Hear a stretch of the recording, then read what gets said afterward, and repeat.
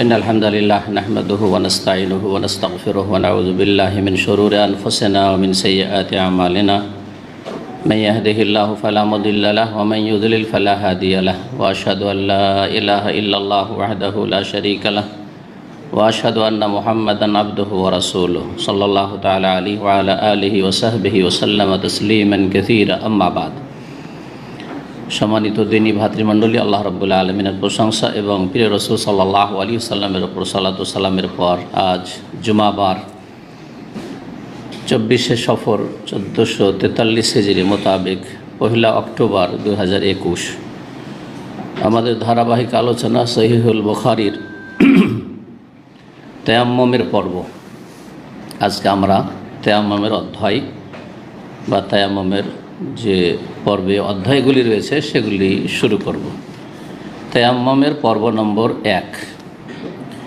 ইমাম বুখারী রাহিমাহুল্লাহ বলছেন কিতাবুত তায়াম্মুম, তার আগে বলছেন বিসমিল্লাহির রহমানির রহিম। কোনো পর্বের আগে বিসমিল্লাহ এসেছে। বিসমিল্লাহির রহমানির রহিম কিতাবুত তায়াম্মুম ওয়া কাউলিল্লাহি তাআলা ফালাম তাজিদু মাআন ফাতায়াম্মামু সাঈদান তাইয়্যিবা ফামসাহু বিওজুহিকুম ওয়া আইদিকুম মিনহু। قال حدثنا عبد الله بن يوسف قال أخبرنا مالك عن عبد الرحمن بن القاسم عن أبيه عن عائشة زوج النبي صلى الله عليه وسلم قالت خرجنا مع رسول الله صلى الله عليه وسلم في بعض أسفاره حتى إذا كنا بالبيداء أو بذات الجيش انقطع إخد لي فأقام رسول الله صلى الله عليه وسلم على التماسه وأقام الناس معه وليسوا على ما فأتى الناس إلى أبي بكر الصديق رضي الله تعالى عنه فقالوا ألا ترى إلى ما صنعت عائشة أقامت برسول الله صلى الله عليه وسلم الناس وليسوا على ما وليس معهم ما فجاء أبو بكر ورسول الله صلى الله عليه وسلم واضع رأسه على فخذي قد نام فقال حبست رسول الله صلى الله عليه وسلم والناس وليسوا على ما وليس معهم ما فقالت عائشة فعاتبني أبو بكر رضي الله تعالى عنه وقال ما شاء الله أن يقول وجعل يطعنني بيده في خاصرتي فلا يمنعني من التحرك إلا مكان رسول الله صلى الله عليه وسلم فخذي فقام رسول الله صلى الله عليه وسلم حين أصبح على غير ما فأنزل الله آية التيمم فتيمموا فقال أسيد بن الخدير ما هي بأول بركتكم يا آل أبا بكر قالت فبعثنا البعير الذي كنت عليه فأصبنا الإقدى تحته।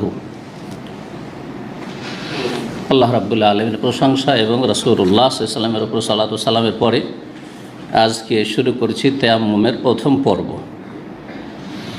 বলছেন ইমাম বুখারী কিতাবুত তায়াম্মুম, হাযা কিতাবুত তায়াম্মুম, আসলে ছিল এটি হচ্ছে তায়াম্মুমের পর্ব। কিতাব, একটি কিতাবের নাম কিতাব। কিতাবকে কিতাব কেন বলা হয়? কিতাব একটা মানে হচ্ছে একত্রিত করা, জমা করা, আল জামউ ওয়াদ দাম্ম, একটিকে আরেকটির সাথে মিলিত করা। তো একটি কিতাবে বেশ কিছু বিষয় অথবা একটি বিষয়ে বিভিন্ন দিককে কি করা হয়? মিলানো হয় বা একত্রিত করা হয়, কালেকশন করা হয়। সেজন্য কিতাবকে কিতাব বলে। একটি কিতাবে হয় একটি বিষয়ের উপর কিতাবটি লেখা হয়েছে, তাহলে সেই বিষয়টার বিভিন্ন দিক সেখানে সন্নিবেশিত হয়েছে। অথবা একটি কিতাবে বিভিন্ন বিষয় আছে, ফিকহের কিতাব, বিভিন্ন মাসাইল, তাহারাত আছে, সালাত আছে, সিয়াম আছে, যাকাত আছে, ইবাদত আছে, মামলাত আছে, আখলাক আছে, হালাল হারাম আছে, ব্যবসা বাণিজ্য আছে। এজন্য কিতাবকে কিতাব বলা হয়। তো কিতাব মানে হচ্ছে জমা করা অথবা মিলিত করা। এ হচ্ছে একটা কিতাব। কিতাব মানে কি বুঝেন? একটা বই, পুস্তক। জি, ছোট হলে পুস্তিকা, আর বড় হলে বই পুস্তক। জি। আর হাদিসের কিতাবগুলির ভিতরে অথবা ফিকহের কিতাবে একটি কিতাবে বিভিন্ন পর্ব রয়েছে। তো এক একটি পর্ব এক একটি বিষয়কে কিতাব বলা হয়েছে। যেমন কিতাবুল ওয়াহি, কিতাবুল ঈমান, কিতাবুল ইলম সহিহ বুখারীতে, আর তারপরে কিতাবুত তাহারা, হ্যাঁ, তারপরে যে কিতাবুত তায়াম্মুম, কিতাবুল উযু, কিতাবুত তায়াম্মুম, কিতাবুল হাইজ। তো কিতাব কেন বলা হলো এক একটি পর্বকে? কারণ এক একটি পর্বের ভিতরে বিভিন্ন অধ্যায় একত্রিত করা হয়েছে, বিভিন্ন বিষয় রয়েছে, তায়াম্মুমে বিভিন্ন দিক রয়েছে। সব দিকগুলি যেই পর্বে জমা করা হয়েছে সেই পর্বের নাম হচ্ছে কিতাব। তাহলে কিতাব এমন একটি বড় হেডলাইন যাতে কয়েকটি অধ্যায় রয়েছে, কয়েকটি অধ্যায় মানে বাব রয়েছে। বাব কিতাবের চাইতে ছোট। যেমন বাংলাতে অধ্যায় আছে, পরিচ্ছদ আছে, অনুচ্ছেদ আছে, তবে প্রত্যেকটির এক একটা ভাগ রয়েছে, ঠিক ওই রকম। শুরু করেছেন ইমাম বুখারী রাহিমাহুল্লাহ কিতাবুত তায়াম্মুম। এই হচ্ছে তায়াম্মুমের অধ্যায় কোরআনে কারীমের আয়াত দিয়ে, কোরআনে কারীমের আয়াত দিয়ে। আয়াত শুরু করার আগে তায়াম্মুম শব্দটি নিয়ে আমরা আলোচনা করি। তায়াম্মুম, তায়াম্মুম শব্দটি এমন সহজ হয়ে গেছে ইসলামী পরিভাষা হওয়ার পরে যে সেটা একজন মুসলিম যে ইসলাম বুঝে, ওযু বুঝে, গোসল বুঝে, তায়াম্মুম বুঝে, হ্যাঁ, সালাত সিয়াম বুঝে, সে তায়াম্মুম বুঝে, ঠিক না? তায়াম্মুম বললে বুঝে। কিন্তু যে ইসলামের ধার ধারে না, হয়তো জন্মসূত্রে মুসলিম কিন্তু জীবনেও তায়াম্মুম নাম শোনেনি, অত শুনেছে কিন্তু খেয়াল নেই, এইরকম অসংখ্য মুসলিম আজকাল আছে। অসংখ্য দিন থেকে মূর্খ মুসলিম, দুনিয়ার শিক্ষা অনেক শিক্ষিত, কিন্তু তায়াম্মুম বলতে পারবে তায়াম্মুম কি? যে ব্যক্তি সালাত আদায় করে সে অবশ্যই বলতে পারবে তায়াম্মুম কি। কারণ তায়াম্মুম হচ্ছে কিসের বিকল্প? ওযু এবং গোসলের বিকল্প। ওযু এবং, শুধু ওযু বলবেন না, তায়াম্মুম হচ্ছে ওযু এবং গোসলের বিকল্প। আর মাটি হচ্ছে পানির বিকল্প। এই দুটো কথা মনে রাখবেন। বিকল্প মানে না থাকলে, জি হ্যাঁ, বিকল্প। বিকল্প কাকে বলা হয়? যে কোনো কিছু না থাকলে বা কোনো কেউ না থাকলে তার বিকল্প হিসেবে কাজ চালিয়ে নেবে, এটা হচ্ছে বিকল্প, বাদিল আরবিতে বলা হয়। তো আশা করি বুঝতে পারলেন, তাই না? এখানে গোলমাল করে দাও দেখে। মাটি কিসের বিকল্প? পানির বিকল্প। পানি পাচ্ছেন না, ব্যবহার করতে পারছেন না, তো মাটি দিয়ে কাজ চালাবেন। ওযু আর গোসলের বিকল্প হচ্ছে তায়াম্মুম। ওযু করতে পারছেন না, গোসল করতে পারছেন না, হ্যাঁ, অথবা ওযু গোসলের পানি পাচ্ছেন না, তখন তায়াম্মুম করে নেবেন, এই বিকল্প। তায়াম্মুমের শাব্দিক অর্থ কী? তায়াম্মুম তো এমনি বুঝেন যে তায়াম্মুম কাকে বলে, কিন্তু তায়াম্মুমের শাব্দিক অর্থ কী? তায়াম্মুমের শাব্দিক অর্থ হচ্ছে আল কাসদ, উদ্দেশ্য করা। তায়াম্মুম ইসলাম আসার আগে তো তায়াম্মুমটা কেউ জানতো না, না জানতো? ইসলামের বিধিবিধান আসার আগে 1400 বছর আগে যখন কোরআন কারীম নাজিল হওয়া শুরু হলো, যখন এই আয়াত নাজিল হয়নি, তায়াম্মুমের বিধান নাজিল হয়নি, তখনও কিন্তু শব্দটা ছিল আরবি ভাষায়, মাতৃভাষায় শব্দটা ছিল। কিন্তু তায়াম্মুম যে ইসলামের এই একটি টার্ম, পরিভাষা, এটা ছিল না, এটা বুঝতো না। জি, যেমন সালাত, সালাত মানে সেলা সম্পর্ক, অথবা সালাত মানে দুয়া, এটা ছিল। কিন্তু সালাত মানে এমন একটি ইবাদত যাতে কিয়াম রয়েছে, রুকু রয়েছে, সুজুদ রয়েছে, জালসা বৈঠক রয়েছে, বিশেষ একটা, এটা সালাতের বিধান আসার পর জানা গেল, ঠিক না? এইভাবে শরীয়তের পরিভাষাগুলি, যখন শরীয়তের বিধান নাযিল হয়েছে তখন সেই পরিভাষাগুলি মানুষ জানতে পেরেছে, কিন্তু আরবি শব্দগুলি আরবি ডিকশনারিতে বা আরবদের ভাষায় ছিল। তো তায়াম্মুম শব্দটি ছিল। তায়াম্মুম মানে হচ্ছে উদ্দেশ্য করা। তায়াম্মুম মানে কি করা?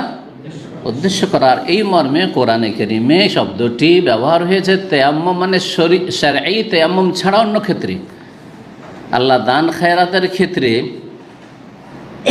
বাড়ির যেটা উচ্ছিষ্ট, নিকৃষ্ট, যেটা আপনার রুচি হবে না, যেটা আপনি খেতে পারবেন না, খাবার দাবার এখন বাসি হয়ে পচতে যাচ্ছে বা পচে গেছে, জামা কাপড় একেবারে ছিঁড়ে গেছে, এখন একেবারে অচল। হ্যাঁ, তারপরে ধান উঠিয়ে নিয়ে এসছেন, মেরে দেখছেন যে এই তো চিটাই তো আমার কাজে দিবে না, এই ধরনের একবারে নিকৃষ্ট বস্তু অথবা আপনার যেটা একবারে কাজে আসবে না সেটা দান করছেন, এটা এমন ফজিলতের কাজ নয়। ভালো দান করার সাথে সাথে ওইটাও দিয়ে দিলেন, সেটা আলাদা কথা। কিন্তু শুধু শুধু যদি এইরকম নিকৃষ্ট মানেরগুলো, নিম্ন মানেরগুলো দান করেন, আল্লাহ নিষেধ করেছেন এবং ওতে নেকি পাবেন না। আপনার নিয়ত খারাপ। ভাতটা না পচে গেলে দিতেন না গরিবকে। হ্যাঁ, গোস্তটা আর খাওয়া যাবে না, কয়েকদিনের বাসি হয়ে গেছে, তরকারি বাসি হয়ে গেছে, দিয়ে দেখলো গরিবকে, না হলে দিতেন না। তাহলে কিসের নাকি পাবেন আপনি? এতে মুক্ত হতে চাইছেন, হয় ডাস্টবিনে ফেলে মুক্ত হবেন, কেউ এইটা করে, আর না হলে গরিব মিসকিনকে দিয়ে মুক্ত হতে চাইছেন, কিসের নাকি এখানে? আল্লাহ এই ক্ষেত্রে কি বলছে? ওয়ালা তায়াম্মামুল খাবিসা মিনহু তুনফিকুন, ওয়ালা তায়াম্মামুল খাবিসা মিনহু তুনফিকুন, তোমরা যেটা নোংরা, নিকৃষ্ট, নিম্নমানের সেটার উদ্দেশ্য করিও না। মিনহু তুনফিকুন, সেটা খরচ করার ক্ষেত্রে, ব্যয় করার ক্ষেত্রে, ব্যয় করার ক্ষেত্রে। ওয়ালাস্তুম বিআখিযি, অথচ তুমি যদি গরিব হতে, অথবা তুমি যে অবস্থায় আছো, তোমাকে যদি দেওয়া হয়, তোমার পাশের প্রতিবেশী যদি এখন পচতে যাচ্ছে, সরতে যাচ্ছে, গন্ধ একটু হয়ে গেছে তরকারিতে গোস্ত, আর যদি তোমাকে দেয়, ওয়ালাস্তুম বিআখিযি, তুমি নেবে না, তোমরা নেবে না। ইল্লা আন তুগমিযু ফীহি, তবে চক্ষুর লজ্জায় হলে সেটা আলাদা কথা। চক্ষুর লজ্জায় অনেক সময় খারাপ জিনিসও নিয়ে নিচ্ছে, নিয়ে ফেলে দিতে, খাওয়া যাবে না। তো এখানে আল্লাহ ওয়ালা তায়াম্মাম কিসের অর্থে ব্যবহার করেছেন? শরীয়তের তায়াম্মুম না উদ্দেশ্য? ওয়ালা তায়াম্মামান ওয়ালা তাকসুদু। এখানে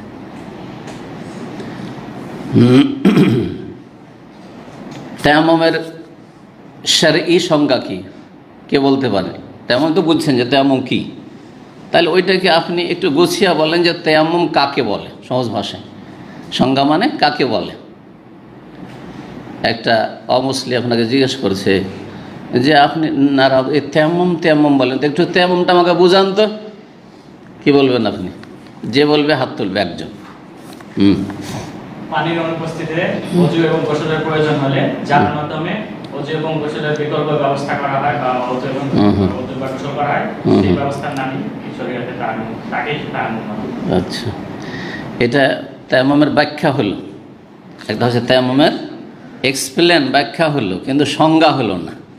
সংজ্ঞা ডেফিনেশন, সংজ্ঞাকে একটু শর্ট করতে হয়, আর সাজানো গোছানো হইতে হয়, আর শাব্দিক অর্থের সাথে ওর যেন একটা সম্পর্ক থাকে।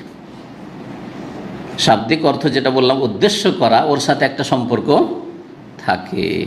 হ্যাঁ, তায়াম্মুমের সংজ্ঞা আল্লাহ ফিশারা, শরীয়তের পরিভাষায় বা ইস্তিলাহান পরিভাষায়। হাফেজ সাহেব,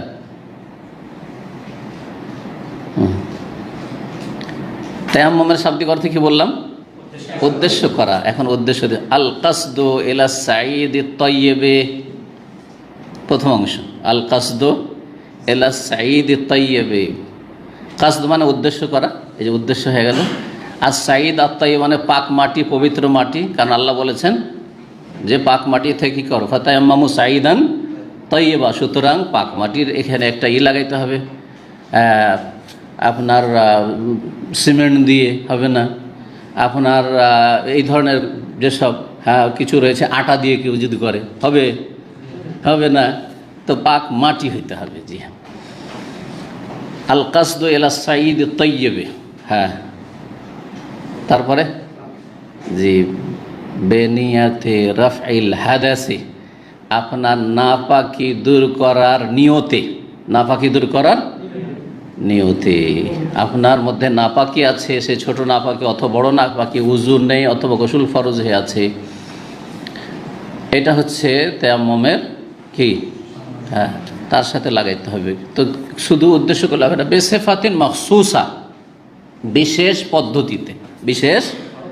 সে বিশেষ পদ্ধতিটা কি? সেটা হচ্ছে শরীয়ত যেইভাবে আপনাকে তেমন করতে বলেছে, শরীয়তে যে পদ্ধতি বাতলানো হয়েছে সে বিশেষ পদ্ধতিতে। তাহলে এখন আমরা গোটাটা বলি, আল কাসদু ইলা সাঈদি তাইয়্যিবে বেনিয়াতে রাফিল হাদাসে, বেসেফাতিন মখসুসা বা আলা সেফাতিন মখসুসা। জি হ্যাঁ, শাইখুল নাসিম রহমতুল্লাহ আলাইহ যতগুলি শারঈ পরিভাষা, এটা জেনে রাখা ভালো, আলেমদের কাজে আসবে, তালেব ইলম যারা মাদ্রাসার ছাত্র আমার আলোচনা তাদের কাজে আসবে। প্রত্যেকটা সলাতের সংজ্ঞা হোক, সিয়াম রোজার সংজ্ঞা হোক, জাকাত কাকে বলে সংজ্ঞা হোক, তায়াম্মুম হোক, উজু হোক, তিনি প্রথমখানে একটা আর একটা বিষয় লাগিয়েছেন যেটা যুক্তিসঙ্গত, সেটা হচ্ছে আত-তাআব্বুদ লিল্লাহি তাআলা। তাহলে আত-তাআব্বুদ লিল্লাহি তাআলা ফিল কাসদি ইলা সাঈদি তাইয়্যিবি বিনিয়াত রাফিল হাদাস আলা সিফাতিন মখসুসা। আত-তাআব্বুদ লিল্লাহি তাআলা, আল্লাহ রাব্বুল আলামিনের ইবাদতবন্দি করা, আল্লাহর ইবাদতবন্দি করা, আল্লাহর আনুগত্য করা, আল্লাহর গোলামি করা। তায়াম্মুমটা কিন্তু আমরা ইবাদতের উদ্দেশ্যে করছি। তায়াম্মুম একটি ইবাদত, ওযু একটি ইবাদত, গোসল ফরজ গোসল করছে এটাও একটি ইবাদত। কারণ একজন মুসলিম আর অমুসলিম দুইজনের গোসলে পার্থক্য রয়েছে। একজন অমুসলিম হয়তো স্বপ্নদোষ হয়েছে, স্বামী স্ত্রীর স্বভাব সে যে গোসল করলোই না, এমন কি তার, কারণ তার কাছে কোনো গাইড নেই যে করতে হবে, সে না পাক, তার রুচির ব্যাপার। যদি রুচি হয় যে ওই অবস্থায় থেকে যাব, থেকে যাচ্ছে, আর যদি তাকে রুচি লাগে, খারাপ লাগছে, সেই জন্য হয়তো গোসল করে না, স্বপ্নদোষ হয়েছে। কিন্তু একজন মুসলিম, না আমি না পাক, আমাকে পাক হইতে হবে, নাহলে আমার জন্য সলাৎ হারাম, কোরআন স্পর্শ করা হারাম, কোরআন তিলাওয়াত হারাম, বাইতুল্লাহর তওয়াফ করা হারাম, এবং এইরকম নাপাক অবস্থায় দীর্ঘ সময় চলে যাচ্ছে আর সলাতের সময় চলে যায়, তাহলে রহমতের ফেরেশতা আমার বাড়িতে আসবে না, আমার অফিসে আসবে না। কথা বোঝা গেছে? তাহলে এখানে তাআব্বুদ, আল্লাহর উবুদিয়ত, গোলামি অবশ্যই পাওয়া যাচ্ছে। তো এই জন্য শেখ হাসিন রহমতুল্লাহ আলাইহ এই শর্তটি লাগিয়েছেন। যতগুলি পরিভাষা শরীয়তের ফিকহের ক্ষেত্রে রয়েছে অথবা ইবাদত বন্দেগীর ক্ষেত্রে রয়েছে। তো এগিয়ে যাওয়া যাক। বলছেন তায়াম্মুমের তাহলে কী হয়ে গেল, শাব্দিক অর্থ হয়ে গেল আর শরীয়তের পরিভাষা হয়ে গেল। ওয়া কাউলিল্লাহি তাআলা, এবং মহান আল্লাহর বাণী, হাযা কিতাবুত তায়াম্মুম ওয়া কিতাব কৌলিহি তাআলা ও বাবু কৌলিহি তাআলা, এই জন্য কৌলিল্লাহি তাআলা এসছে, এখানে বাব শব্দটি উজ্জ্বল হয়েছে। এবং মহান আল্লাহ রাব্বুল আলামিনের এই বাণী সম্পর্কে, এ হচ্ছে তায়াম্মুমের পর্ব বা তায়াম্মুম সম্পর্কে, এবং মহান আল্লাহর এই বাণী সম্পর্কে। ইমাম বুখারী রাহিমাহুল্লাহ একটি ভালো অভ্যাস যে তিনি কোরআনে কারীম থেকে বরকত হাসিলের জন্য, এবং সবচাইতে বড় বরকতের মাধ্যম হচ্ছে আল্লাহর কিতাব কোরআনুল কারীম, ওহী। জি, কোরআনে কারীম থেকে বরকত হাসিলের জন্য তার কিতাবে অধ্যায়গুলি কায়েম করেছেন আয়াত দিয়ে, যদি ওই মর্মে আয়াত থাকে। যেমন এখানে আয়াত আছে তায়াম্মুম সম্পর্কিত, তায়াম্মুম হাযা কিতাবুত তায়াম্মুম, সরাসরি হাদিস না নিয়ে এসে কি নিয়ে এসছেন, একটি আয়াত নিয়ে এসছেন। শুধু অন্য ফাকিহদের মতো কিতাবুল হজ, কিতাবুত তায়াম্মুম, তায়াম্মুমের অধ্যায় বা বাবুত তায়াম্মুম এরকম করেন নাই, একটি আয়াত নিয়ে এসছেন। যদি আয়াত না থাকে কোনো মর্মে, তাহলে একটি হাদিস নিয়ে এসছেন। একটি হাদিস, অনেকগুলো অধ্যায় আমি সেই সময় বলেছি, যেই সময় দেখিয়েছি যে এখানে দেখেন অধ্যায়ের সাথে একটা হাদিসের অংশ নিয়ে এসেছেন তিনি। জি, বা হাদিসের অংশ দিয়ে অধ্যায় কায়েম করেছেন। বাবু বনিয়াল বাবু বা বাবুন বনিয়াল ইসলাম আলা খামস, এই অধ্যায় হচ্ছে যে ইসলামের বুনিয়াদ 5টি বিষয়ের ওপর কী হয়েছে, কায়েম হয়েছে, যে দেখেন বনিয়াল ইসলাম আলা খামস দিয়ে। মহান আল্লাহর বাণীতে কি রয়েছে, আল্লাহ বলছেন ফালাম তাজিদু মাআন ফাতায়াম্মামু সাঈদান তাইয়্যিবা, তোমরা যদি পানি না পাও তাহলে পাক পবিত্র মাটি দিয়ে তায়াম্মুম করে নাও, তার উদ্দেশ্য করো, আর উদ্দেশ্য করে বিশেষ পন্থায় মাটিতে হাত মারো, আর হাত মারার পরে সেটা কি করো, মুখমণ্ডল এবং হাতের ওপর মাসে করো, ফিরিয়ে দাও। জি, এছে ফাতায়াম্মামু সাঈদা, পাক মাটিতে উদ্দেশ্য করা। জি, তো উদ্দেশ্য করার যে শাব্দিক অর্থ তার সাথে সম্পর্ক রয়েছে, কারণ উদ্দেশ্য করতে হয়। একজন তায়াম্মুম করলেই মাটি তলাশ করতে হয়, কোথায় মাটি আছে, যেখানে সেখানে মেরে দেবো না, তাই না? মাটি দেখবো যে কোথাও মাটি আছে, যদি মাটি না থাকে সব জায়গায় পাকা, তাহলে দেখবো যে কোনো জায়গায় ধুলো টুলো আছে কি না এই পাকা জায়গার ভিতরে। জি, ফালাম তাজিদু মাআন, যদি পানি না পাও তাহলে পাক পবিত্র মাটিতে তায়াম্মুম করে নাও। এখন তায়াম্মুম করতে হবে কেমন করে, সংক্ষেপে আল্লাহ বলছে ফামসাহু বিওজুহিকুম ওয়া আইদিকুম মিনহু, অতঃপর তায়াম্মুম এইভাবে করো যে তোমাদের মুখমণ্ডলে মাসেহ করো ওয়া আইদিকুম, এবং তোমাদের হাতগুলিতে মাসেহ করো মিনহু, সেই পাক মাটি থেকে, যে পাক মাটি হাতে নিলে তা দিয়েই কি করো, চেহারার উপরে ফিরিয়ে নাও, হাত বুলিয়ে নাও এবং হাতের উপর হাত বুলিয়ে নাও। সূরা মায়েদার আয়াত নম্বর 6।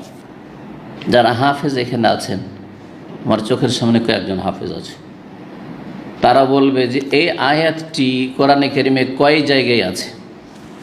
এই হাফেজ আগে বলবে।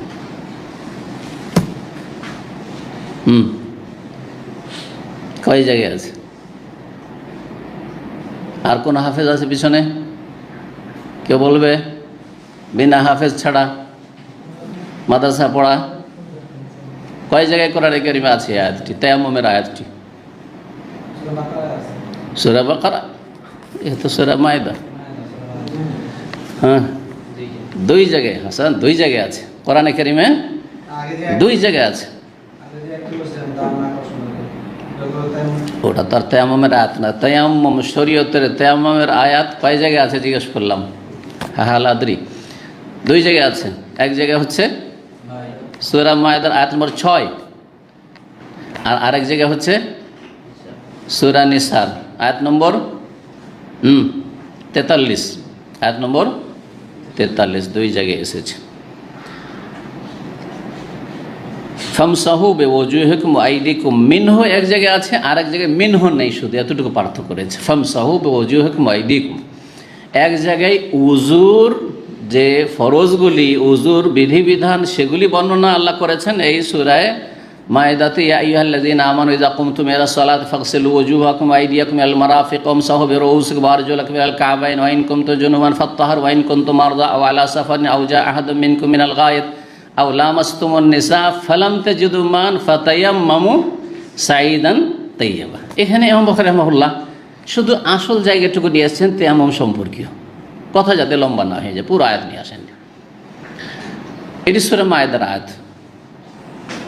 আর সূরা নিসার আয়াত 43 রয়েছে ইয়া আইয়ুহাল্লাযীনা আমানু লা তাকরাবুস সালাতা ওয়া আনতুম সুকারা, নেশাগ্রস্ত অবস্থায় তোমরা সালাতের কাছে যাবে না। তারপরে তখন যদি জুনুবি থাকো, গোসল ফরজ থাকে, তাহলে মসজিদে অবস্থান করবে না ইত্যাদি এসব। তারপরে বলার পরে আল্লাহ বলছেন যে গোসল করতে হবে, গোসল ফরজ হলে, স্ত্রী স্পর্শ করলে, মানে সহবাস হলে। আর যদি না পারো বা না পাও পানি, ফালাম তাজিদু মান ফাতায়াম্মামু সাঈদান তাইয়্যিবা ফামসাহু বিওজুহিকুম ওয়া আইদিকুম, ওখানে রয়েছে।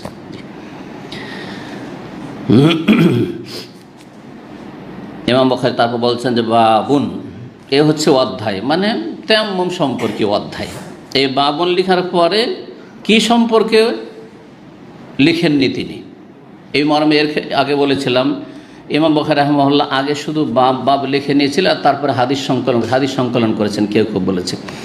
আর তারপরে তখন হাদিসগুলিকে দেখে যে এই হাদিসে কি বিষয়বস্তু আলোচিত হয়েছে সেটাকে সামনে রেখে তখন অধ্যায় লিখেছেন যে এই বাবটি হচ্ছে তায়াম্মুমের এই বিষয়টি সম্পর্কে, তায়াম্মুমের এই ক্ষেত্রে। কিন্তু কোনো জায়গায় থেকে গেছে হয়তো, অথচ দীর্ঘ 16 বছরে ইমাম বুখারী রাহিমাহুল্লাহ গোটা সহিহুল বুখারী সংকলন করেছেন।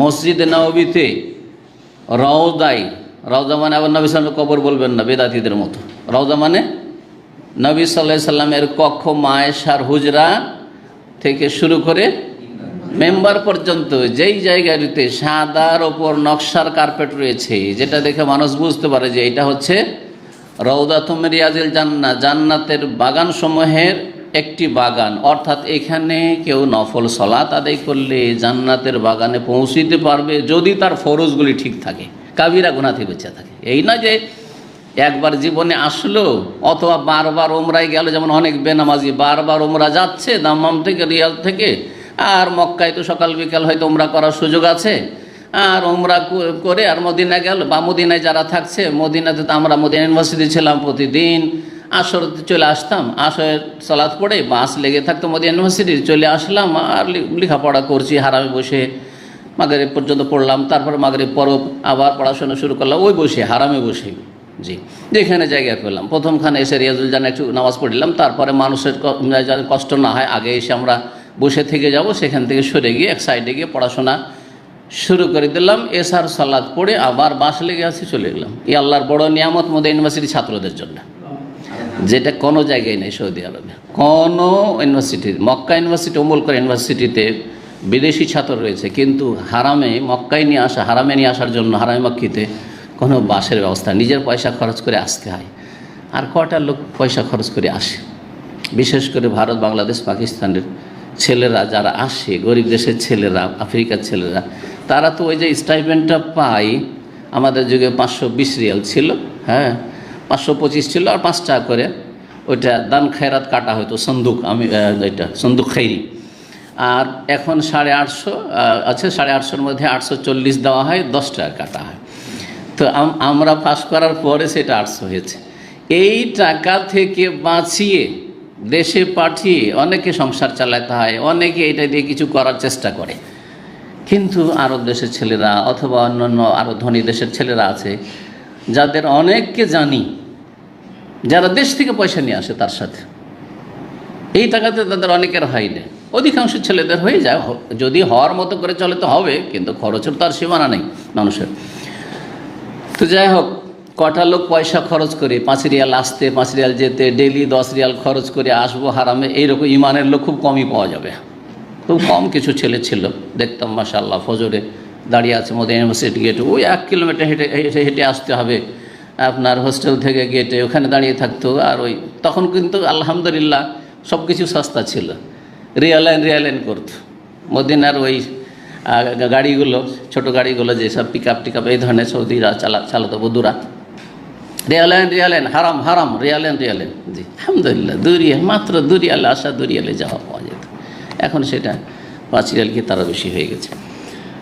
তো কি বলছিলাম, কেউ যদি ফরজ আদায় না করে, হারাম কাবিরা থেকে না বাঁচে, আর রওজা থেকে শুধু সালাত পড়ে নেয়, তো জান্নাতে চলে যাবে নাকি?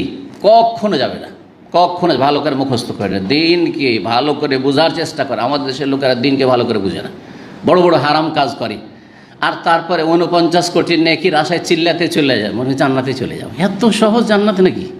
এত সহজ জান্নাত নয় তো। আম হাসিবতুম আন তাদখুলুল জান্নাহ, আল্লাহ বলছে জান্নাতে চলে যাবে, এত সহজ। ওয়ালাম্মা ইয়াতিকুম মাসালুল লাযিনা খালাউ মিন ক্বাবলিকুম, আরে কষ্ট করতে হবে। প্রথম কষ্ট, যে কষ্ট ইবাদত বন্দেগীর কষ্ট, সবচেয়ে বড় কষ্ট, এইটা করতে হবে। ফজরে জাগতে হবে, জামাত সহকারে সালাত পড়তে হবে, প্রচণ্ড গরমে রোদে জোয়ার আসরে যেতে হবে, গরমে আগুনের মতো পানি আছে, উজু করতে হবে, কষ্ট আছে। গরমের দিনে সিয়াম, রমজান মাসে সিয়াম পালন করতে হবে, পয়সা বের করে যাকাত দিতে হবে, সব ইবাদতবন্দেগীর কষ্ট আছে। কষ্ট করবে তাহলে জান্নাত পাওয়া যাবে। এখন কষ্ট করলে পরে আরাম। যেমন ছাত্র জীবনে একটি কথা, আপনাদের সবার কারো ছেলে মেয়ে আছে আর ছেলে মেয়ে হবে, তাদেরকে এই তরবিয়তটা করবেন। কারণ এই তরবিয়ত হয়তো আমাদের বাপদাদারা করতে জানেনি অনেকের, কিন্তু ভাগ্যে যা ছিল আলহামদুলিল্লাহ এগিয়ে গেছে, আর অধিকাংশই এগোতে পারেনি, ও জাহেল মূর্খ থেকে গেছে, আজকে কষ্ট করতে হচ্ছে। কেউ যদি জীবনে 10টা বছর মেহনত করে, 10টা বছর কষ্ট করে, তাহলে 60 বছর আরামে থাকবে, 60 বছর আরামে থাকবে ইনশাআল্লাহ।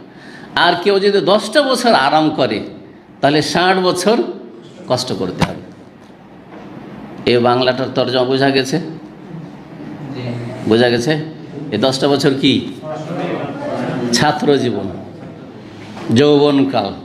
এই ছাত্র জীবনে মাদ্রাসায় পড়েন আর স্কুলে পড়েন, 10টা বছর একটা ছেলেকে দেখলে বোঝা, 10টা বছর বোঝা যাবে যে এ কি হবে, এ মানুষের মতো মানুষ হবে না গরু গাধা হবে, ওকে দেখলে বোঝা যাবে 10টা বছর। তো 10টা বছর যদি কষ্ট করে, তাহলে বাকি 60 বছর ম্যাক্সিমাম, এটা বললাম ম্যাক্সিমাম, অধিকাংশ এর বেশি বাঁচে না সাধারণত। তাহলে বাকি জীবনটা, 60 বছর বলতে বাকি জীবনটা সুখে থাকবে। দেখেন যারা লেখাপড়া করেছে সুখে আছে, চাকরি করলে আরামের করছে, ব্যবসা করলে নিজে স্বাধীন, আর আলহামদুলিল্লাহ চারিদিক থেকে অল্প মেহনতে বেশি পয়সা আসছে, আরামদায়ক রুজি আসছে। স্বাভাবিক ছেলে মেয়েদের তরবিয়ত ভালো করতে পারছে, শিক্ষিত মানুষ শিক্ষিত করতে পারছে ছেলেদেরকে। কিন্তু ওই 10টা বছর যারা আরাম করেছে, তারা সকাল 6টা থেকে সন্ধ্যা 6টা পর্যন্ত সারা দিন রাস্তায় ডিউটি করছে, গরমে রৌদ্রে ডিউটি করছে, সন্ধ্যা 6টায় নিয়ে আসছে, আবার সকাল 6টা, সারাদিন সারা রাত ওইভাবে হাঁটতে হচ্ছে। হাঁটতে থাকো, দাঁড়িয়ে ডিউটি করো, বসার কোনো সুযোগ নেই। বসলে এসে ফোরম্যান এসে ধর, এই বসে কেন দিবে, 5 দিনের বেতন কেটে নিবে। কথা বুঝতে পেরেছেন? জি, মেহনত বেশি, পয়সা কম। কিসের জন্য? ওই 10টা বছর আরাম করেছেন, সেই জন্য 10টা বছর কষ্ট করান ছেলে মেয়েদেরকে, দেখবেন যে বাকি জীবনটা সুখে থাকবে এবং ছেলে মেয়েদেরকে সুখে রাখতে পারবে। আল্লাহ যেন বুঝার তৌফিক দান করেন। বড় আফসোস লাগে অনেক ভাইদেরকে, তারা নিজেরা অনেকে হাফেজ, অনেকে পড়াশোনার গুরুত্ব বুঝে, এলমের গুরুত্ব বুঝে, তারপরও ছেলে 18 বছর বয়স হয়নি, একটা ভিসা পেয়েছে, ভিসা পায় তা তো ফ্রি পাই নাই, যথেষ্ট পয়সা দিয়ে ভিসা পেয়েছে, নিয়ে এসে লাগিয়ে দিয়েছে। এটা মসজিদ পেয়েছে, একটু কোনো কাজ পেয়েছে, চল তোকে সৌদি আরব নিয়ে চলে যাই। কী করবেন একটা 18 বছরের ছেলেকে নিয়ে এসে? তার জীবনটাকে বরবাদ করলেন আপনি এখানে, কয়টা পয়সার জন্য, নগদ মজা স্বাদ পাওয়ার জন্য। কেন এই কাজ করবেন আপনি? পড়ান 25 বছর পর্যন্ত। ছেলেদেরকে, বিশেষ করে মেয়েদেরকে বলছি না, মেয়েদেরকে 18 বছর এসে বিয়ে দিয়ে দেন। ছেলেদেরকে পড়ান 25 বছর পর্যন্ত, লোভ সামলান, পয়সার লোভ করিয়েন না। তারপরে দেখবেন যে আপনিও সুখে থাকবেন, আপনার ছেলেমেয়েও সুখে থাকবে, এবং ছেলেরা বলতে পারবে না যে আমার বাবা আমার ক্ষেত্রে অবহেলা করেছে, আমাকে মূর্খ রেখেছে, পড়ার সুযোগ দেয়নি, এটা বলার সুযোগ পাবে না। আল্লাহ যেন আমাদের সকলকে তৌফিক দান করেন। যদিও তায়াম্মুমের সাথে এর সম্পর্ক নাই, কিন্তু গুরুত্বপূর্ণ বিষয় তরবিয়তের ক্ষেত্রে, কারণ এটা যে করে নিতে পারলো সে বাপ সফল, সেই মা সফল, সে ছেলে মেয়েরা সফল। জি, আল্লাহ যেন আমাদের সকলকে তৌফিক দান করেন এবং সেটা যেন সহজ করেন। কি বলছিলাম, ইমাম বুখারী রাহিমাহুল্লাহ 16 বছরে সহিহ বুখারী লিখেছেন। কথা লম্বা না করে হাদিসের দিকে আসি। 334 নম্বর হাদিস, তায়াম্মুমের পর্বের প্রথম হাদিস। ইমাম বুখারী রাহিমাহুল্লাহর ওস্তাদ আব্দুল্লাহ বিন ইউসুফ রাহিমাহুল্লাহ জামিয়ান বা রাহিমাল্লাহু জামিয়ান। তো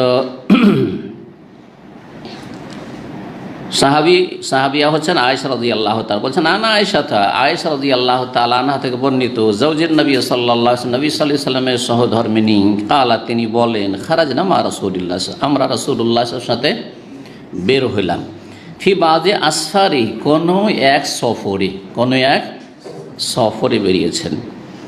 রাসূলুল্লাহ সাল্লাল্লাহু আলাইহি ওয়াসাল্লাম যখন সফরে যেতেন তখন 9 জন যখন স্ত্রী ছিলেন, প্রথম দিকে 9 জন ছিলেন না, কিন্তু শেষ দিকে 9 জন হয়ে গেছে, একসাথে 9 জন থেকেছেন। নবী সাল্লাল্লাহু আলাইহি ওয়াসাল্লামের 11 জন বিবি, কিন্তু 11 জন একত্রিত হননি। জি, একত্রিত হয়েছেন কয়জন? 9 জন। নবী সাল্লাল্লাহু আলাইহি ওয়াসাল্লামের জন্য 4-এর বেশি একসাথে রাখা জায়েজ ছিল, সেটি খালিসাতাল লাকা মিন দুনিল মুমিনিন। আল্লাহ রাব্বুল সূরা আহজাব বলে দিয়েছেন, হে নবী, এটি তোমার জন্য খাস, বিশেষভাবে এই বিধান, মিন দুনিল মুমিন, অন্য কোনো মুমিনের জন্য নয়। তাহলে অন্য মুমিনের জন্য কয়টি?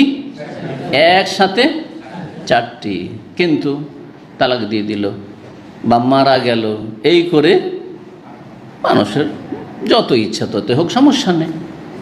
কারো যদি এরকম ভাগ্য খারাপ থাকে, বিয়ে করেছে আর মরতে আসে, বিয়ে করতে আসে, তো 25-50টা বিয়ে করতে পারবে না? না অবিবাহিত থেকে 3-4টা বিয়ে করবে, আর বিয়ে করলে মরে যে তার বিয়েই করবো না, নাকি? এটা তার শরীয়তে না। জি, তা নবী করিম সাল্লাল্লাহু আলাইহি ওয়াসাল্লাম কী করতেন? নিয়ে যাবেন, একজনকে নেবেন অথবা 2 জনকে নেবেন। কোন সফরে 2 জন নিয়েছে, যেমন একটা হাদিসে রয়েছে যে নবী সাল্লাল্লাহু আলাইহি ওয়াসাল্লাম মের যেটা ইফকের ঘটনা, মা আয়েশা রাদিয়াল্লাহু তাআলা আনহার ওপর যে তহমত, অপবাদ দিয়েছিল মুনাফিকেরা, তাতে আয়েশা রাদিয়াল্লাহু আনহা ছিলেন আর উম্মে সালামা রাদিয়াল্লাহু আনহা ছিলেন। তো সবগুলিকে তো নিয়ে যাওয়া যাবে না সফরে, হয়তো হজের সফর আলাদা, ওমরা সফর আলাদা, কিন্তু জিহাদের সফরে যাচ্ছেন, অন্য কোনো সফরে যাচ্ছেন, কি করতেন? আকরা বাইনা নিসাইহি, নবী সাল্লাল্লাহু আলাইহি ওয়াসাল্লাম কোরআ করতেন। কোরআ করা, যেটাকে বাঙালিরা বলে লটারি করা, কিন্তু লটারি শব্দটি আমার কাছে ঘৃণিত শব্দ, কারণ লটারি দিয়ে মানুষ জুয়া খেলছে। লটারি মানে জুয়া বুঝেন, জায়েজ লটারি বুঝেন না, যার ফলে এই লটারি শব্দ একটু ঘৃণিত শব্দ, হারাম শব্দ, মানে মানুষরা এই হারামের লটারি করছে। তো কোরআ করতেন। কোরআ করা মানে জানেন আপনারা? জি হ্যাঁ, প্রতিযোগিতা। কোরআ মানে প্রতিযোগিতা। নাম লিখলেন কয়েকজনের, ধরেন একটু তরিকা, আর তারপর একজনকে বললেন যে একটা উঠিয়ে নাও, কার নাম উঠে, ঠিক আছে, কার নাম ওঠে, যার নাম উঠলো তাকে নিয়ে চললেন। এটা হচ্ছে কোরআন করা। ঠিক আছে, যেমন প্রাইজের ক্ষেত্রে আমরা শুধু 10 জনকে দেবো আর আপনাদের সংখ্যা বেশি, তখন কি করা হয়, সবার নাম লিখে ফেলে দেওয়া হয়েছে আর তারপরে সবকে মিক্স করে দেওয়া হয়েছে আর উঠানো হচ্ছে। ছোটো বাচ্চা দিয়ে উঠায়, কারণ বড় হলে হয়তো পক্ষ নিয়ে নিতে পারে, কি জানি দেখে নিতে পারে, বেশি চালাকি করতে পারে, যেন ছোটো বাচ্চা দিয়ে করে। কিন্তু জরুরি নয়, চোখ বন্ধ করে যদি বড়রা করে অসুবিধা কি, অত বিশ্বস্ত হয়।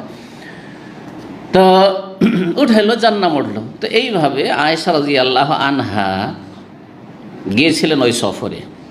হাত্তা ইযা কুন্না বিল বাইদা, যখন আমরা বাইদা নামক স্থানে ছিলাম, অথবা সেই জায়গার নাম জাতুল জৈশ, জাতুল জৈশ। ইন কাতা একদুল্লি, তখন আমার হাড় ছিঁড়ে পড়ে গেছিল, গলার হাড় ছিঁড়ে পড়ে গিয়েছিল। এখন কি করা যায়, হাড়, প্রিয়তমা স্ত্রীর হাড়। আর আরেক রিওয়ায়েতে রয়েছে ধার নিয়ে গিয়েছিলেন বোনের কাছ থেকে, বোনের কাছ থেকে আসমা রাদিয়াল্লাহু তাআলার কাছে ধার করা হাড় তাকে ফিরিয়ে দিতে হবে। ফাকামা রাসূলুল্লাহ আলা ইলতিমাসিহি, তখন রাসূলুল্লাহ সাল্লাল্লাহু আলাইহি ওয়াসাল্লাম থেমে গেলেন তার তলাশে।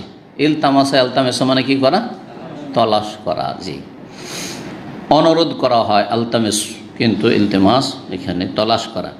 ওয়াকামান নাসু মাহু, নবী সাল্লাল্লাহু আলাইহি ওয়াসাল্লাম থেমে গেলেন, তো সাহাবীরা কি চলে যাবেন ছেড়ে? তারাও থেমে গেলেন, তারাও থেমে গেলেন। ওয়ালাইসু আলামা, কিন্তু এমন একটা জায়গায় হার হারিয়েছে, প্রয়োজনে সেখানে অবতরণ করেছিলেন। মানুষকে হালকা হইতে হবে, শৌচ কার্য সম্পাদন করতে হবে, হয়তো প্রয়োজন রয়েছে, অথবা ক্লান্তি ছিল, একটু এখানে রেস্ট করতে হবে, তারপরে টান দেবেন, রওনা হবেন।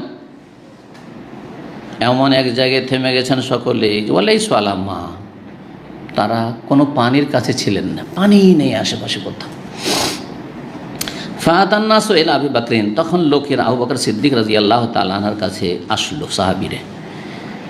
ফাকালু, এসে বললেন তারা, আলা তারা এলা মা সানাত আয়েশা, আপনি কি দেখছেন না যে আয়েশা রাদিয়াল্লাহু তাআলা আপনার মেয়ে কি করেছে? আরে এই কী করলো, হাড়টা কেমন করে হারিয়ে দিল, আর এখানে করে আমাদেরকে এমন জায়গায় থেমে যেতে হইল যে সেখানে পানি নেই, এখন সালাতের সময় চলে আসছে, উজু করতে হবে, এইরকম অবস্থা। আকামাত বে রাসূলিল্লাহ, তিনি থামিয়ে দিলেন রাসূলুল্লাহ সাল্লাল্লাহু আলাইহি ওয়াসাল্লামকে, ওয়ান্নাস, আর জনগণকেও, লোকজনকেও। ওয়ালাইসু আলাম্মা, আর তারা কোনো পানির আশেপাশেও নেই। ওয়ালাইসা মাহুম, আর তাদের কাছেও পানি নেই, মানে যেই এলাকায় অবস্থান করেছেন হঠাৎ করে আকস্মিক, সেখানেও পানি নেই। আর সাথে করে যে আগে থেকে পানি বহন করে নিয়ে আসবেন মশক টশকে, তাও আগে থেকে কোনো পানি ছিল না, পানি ছিল না। পানি থাকলে উজু করা যাবে, সালাতের সময় হয়ে গেছে। ফাজা আবু বকরিন ও রাসূলুল্লাহ সাল্লাল্লাহু আলাইহি ওয়াসাল্লাম রাসু আলা ফাখিজি, তখন আবু বকর সিদ্দিক রাদিয়াল্লাহু তাআলা আনহু আসলেন মেয়ের কাছে। সেই সময় রাসূলুল্লাহ সাল্লাল্লাহু আলাইহি ওয়াসাল্লাম তার মোবারক মাথা রেখে শুয়েছিলেন আলা ফাখিজি, বলছেন মা আয়েশা, আমার রানের ওপর। তাহলে স্ত্রীর রানের ওপর, রানকে বালিশ করে বা রানের ওপর মাথা দিয়ে শোয়া, এটা ভালো কাজ, বরং এটি দাম্পত্য জীবনে একটি সুন্নাহ, দাম্পত্য জীবনে যে সুন্নাহ, এবং এর মাধ্যমে সম্প্রীতি, ভালোবাসা বৃদ্ধি পায়। জি, পক্ষান্তরে আজকাল সোশ্যাল মিডিয়ার ফিতনার যুগে কে কাকে পুছে, দুইজনে দুটো মোবাইল নিয়ে ব্যস্ত, ও ওর দিকে তাকায় না, ওর দিকে তাকায় না, যতক্ষণ চোখ বন্ধ হয়নি, যতক্ষণ চোখ বন্ধ হয়নি, আচ্ছা বসে ছিল, শুয়ে গেল, তারপরও মোবাইল, ওর কাছে একটা মোবাইল, এর কাছে মোবাইল, ওর মোবাইল দেখছে, ওর মোবাইল দেখছে, ওই দেখতে দেখতে দেখতে কখন যে ঘুম আসলো কিচ্ছু জানে না, না দোয়া না জিকির আজকার। আউযুবিল্লাহ, আউযুবিল্লাহ, আল্লাহ হেফাজত করে। এমনটা যদি আপনাদের অবস্থা হয় তো একটু সজাগ হন, মহাসাব, আত্মপর্যালোচনা করুন। স্ত্রীর সাথে থাকলে নবী সাল্লাল্লাহু আলাইহি ওয়াসাল্লাম আরেকটি সুন্নাত হচ্ছে, ঘুমাবার আগে যখন বিছানায় চলে যেতেন কিছুক্ষণ ইয়াতাহাদ্দাস মা আহলি, স্ত্রীর সাথে গল্প করতেন, কারণ সারাদিন হয়তো গল্প করার সুযোগ হয়নি, একটু কিছুক্ষণ গল্প করেন, সারাদিনের সুখ দুঃখ শেয়ার করলেন, আর তারপরে ঘুমান জিকির আজকার পড়ে। ব্যাচেলার আছেন, প্রবাসে আছেন, ঠিক আছে, স্ত্রী নেই, কিন্তু তারপরেও যে আপনি মোবাইল নিয়ে টিপতে থাকবেন, ঠিক লাইট বন্ধ হলো, তারপরে কিছু টিপলাম, তারপরে ঘুমিয়ে গেলাম অচেতন অবস্থায়, জানি না যে কী অবস্থায় ঘুমাইলাম। ভালো দেখে ঘুমাইলেন না মন্দ দেখে? আমার সামনে সেই সময় এখানে মন্দ ছিল না ভালো ছিল, আউযুবিল্লাহ। তাহলে আপনার জিকির আজকার কোথায়? আজকার নম, নিদ্রার পূর্বের জিকির দোয়া কোথায়? আর জিকির আজকার করে যদি না ঘুমান তাহলে আপনার এই ঘুমের অবস্থায় কি করে আপনি বরকত হাসিল করবেন, কি করে আপনি নিরাপদ থাকবেন? কারণ সারা দিনের যে জিকির আজকারগুলি রয়েছে, সে সকাল সন্ধ্যার জিকির আজকার হোক, আর 5 ওয়াক্ত ফরজ সালাতের পরে জিকির আজকার হোক, আর ঘুমাবার আগে আর ঘুম থেকে উঠে জিকির আজকার হোক, এগুলি মানুষের জন্য প্রোটেকশন। ভালো করে শুনে রাখেন, আখেরাতের নেকির কথা রাখেন এখন, কারণ ওইটা তো মনে করছেন যে ধার, ওই এমন ব্যাংকের ব্যাংক যে ব্যাংকের চেক ক্যাশ হবে ওই আখেরাতে গিয়ে, তাই না? বুঝতে পারছেন না আমার কথা? যার ফলে লোকের আগ্রহী না যে জিকির আজকার পড়লে যে মহা পুরস্কার, ওয়াযাকিরিন আল্লাহ কাসীরা ওয়াযাকিরাত আ'আদাল্লাহু লাহুম মাগফিরাতান ওয়া আজরান আযীমা। যারা আল্লাহর জিকির আজকার বেশি বেশি করে তাদের জন্য আল্লাহ পুরস্কার কি বলছেন, মাগফিরাতান ক্ষমা আল্লাহ প্রস্তুত রেডি রেখেছেন, এবং আজরান আযীম মহা পুরস্কার আল্লাহ রেডি রেখেছেন জান্নাতের আকারে। সুবহানাল্লাহ। এগুলি আছে, কিন্তু সব ধার বাকি মনে করছেন আপনি। নগদটাও তো বললাম, আরে নগদে তো অনীহা হওয়া উচিত নয়। নগদ সেটা হচ্ছে যে আপনি যদি জিকির আজকার করে ঘুমান সারা রাত নিরাপদ, মানুষ শয়তানের অনিষ্ট থেকে আর জিন শয়তানের অনিষ্ট থেকে। মানুষ দুশ্মন আছে, জিন দুশ্মন আছে, সমস্ত দুশ্মনের অনিষ্ট থেকে, পোকামাকড়ের অনিষ্ট থেকে হেফাজতে থাকবেন। জি, আল্লাহ রাব্বুল আলামিন যারা বোঝার তৌফিক দান করেন, আমলের তৌফিক দান করেন। সংশোধনের প্রয়োজন রয়েছে, শুধু জানছেন অনেকে, কিন্তু সংশোধনে আল্লাহ যেন আমাদেরকে সংশোধন করার তৌফিক দান করেন।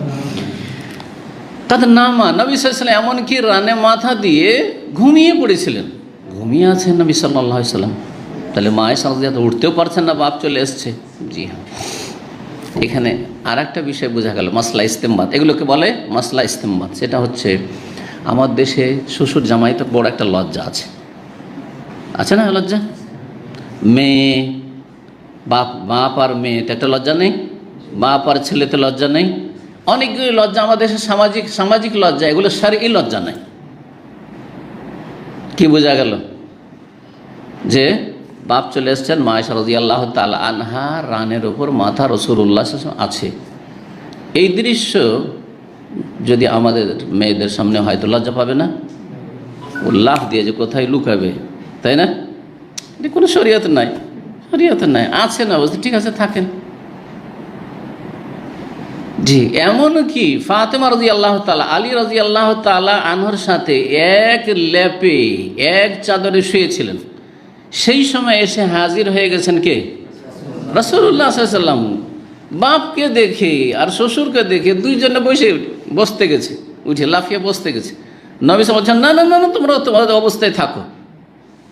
তারপরে নবী সাল্লাল্লাহু আলাইহি ওয়াসাল্লাম ঠান্ডার সময় নবী সাল্লাল্লাহু আলাইহি ওয়াসাল্লামকে ঠান্ডা লেগেছে, নিজের 2 পা তাদের ল্যাপের ভিতরে ঢুকিয়ে দিলেন গরম হওয়ার জন্য। কি বোঝা যাচ্ছে? তাহলে এগুলো লজ্জাকর বিষয় নয় আসলে শরীয়তে, জায়েজ, ভালো। অভ্যাস করুন আস্তে আস্তে, বেহায়া হয়ে যাবেন না, নির্লজ্জ হয়ে যাবেন না, কিন্তু যতটা জায়েজ মনে করবেন। এবং এইগুলোকে জায়েজ না মনে করাই হয় কি, আমাদের সমাজে গোসল ফরজ হয়েছে, ছেলে লোক স্বপ্ন দেশে হয়েছে, ও লজ্জায় গোসলই করে না, ও নাপাক অবস্থায় থেকে যাচ্ছে। এই লজ্জা জায়েজ? হারাম লজ্জা এটা আবার, যে আপনি নাপাক হয়ে থেকে যান, ফজর পড়বেন না অথবা নাপাক অবস্থায় পড়ে নেবেন। হ্যাঁ, আমার দেশের ছেলেরা যেহেতু একই অন্নে বাস করতে, একই অন্নে একসাথে বাপের সাথে বাস করাতে বা মায়ের সাথে বাস করা, সে পরিবারের সাথে একসাথে গ্যাদারিং হয়ে, আর আপনার অ্যাটাচ বাথরুমও নেই। অ্যাটাচ বাথরুম থাকলে তো যাক অসুবিধা নেই, কিন্তু আমাদের দেশের গ্রাম অঞ্চলে যে বসবাস, গোসল করলে গোটা বাড়ির সবাই জানতে পারবে। যার ফলে বিয়ে করেছে, হয় রাত্রে ও কাছে যেতেই পারে না স্ত্রীর, আর এরকম সংখ্যা খুবই কম। হ্যাঁ, যে আমি ফজরের সালাতের জন্য আমি রাত্রে যাবো না, লজ্জাও লাগছে গোসল করতে, সুতরাং ও যাবো না কাছে, এরকম লোক পাওয়া খুবই মুশকিল আজকাল। সুতরাং নাপাক হইল রাতে, লজ্জাতে গোসল করলো না, নাপাক অবস্থায় থেকে গেল, জোহর হয়ে গেল, বউও গোসল করেনি, আর কি বলছে ও ছেলেও গোসল করেনি, সব নাপাক হয়ে আছে, সারাদিন নাপাক হয়ে আছে। ফজর কোথায় গেছে? গুনাহগার সব। তো শুধু ওই ছেলে গুনাহগার হবে, ছেলের বাপ গুনাহগার হবে না? আপনি বিয়ে দিয়েছেন ওর জন্য, আপনি অ্যাটাচ বাথরুমের ব্যবস্থা করেন, এমন কিছু ব্যবস্থা করেন যাতে গোসলে লজ্জা না লাগে, বউ মাটাকে লজ্জা না লাগে গোসল করে। কী করে শাশুড়ির সামনে, সবার সামনে, ননদের সামনে, সবার সামনে গোসল করবে? হ্যাঁ, কিন্তু প্রয়োজন আছে, প্রয়োজন অবশ্যই পুরা করতে হবে। তো আমাদের দেশের যে পারিবারিক কাঠামোটা ঠিক ইসলামিক নয়, আসলে ইসলাম বিরোধী পারিবারিক কাঠামো। একসাথে 5 ভাই 7 ভাই বউ নিয়ে থাকছে, একে অপরের বউকে দেখছে আর গল্প করছে আর একে অপরের ঘরে ঢুকছে। আউযুবিল্লাহি মিনাশ শাইতানির রাজিম। আল্লাহ হেফাজত করেন। জি, ফাত্তাকুল্লাহ মাস্তাত। ঠিক আছে, অভাব আছে, অনেকের অভাব আছে, অনেকের অভাব নেই, তারপরে এগুলো করছে। যার অভাব আছে যতটা পারবে ততটা পর্দা করবে, যতটা পারবে ততটা পর্দা করবে। কিন্তু যাদের অভাব নেই, তারপর না একই সাথে এইভাবে রাখবো, আর একই সাথেও যদি রাখেন তো একটু ঘেরে ঘেরে দেন, একটু পর্দার ব্যবস্থা করে দেন, অথবা অ্যাটাচ বাথরুমের ব্যবস্থা করে দেন, রাখেন একসাথে, অসুবিধা নেই। জি, আল্লাহ যেন বোঝার তৌফিক দান করেন।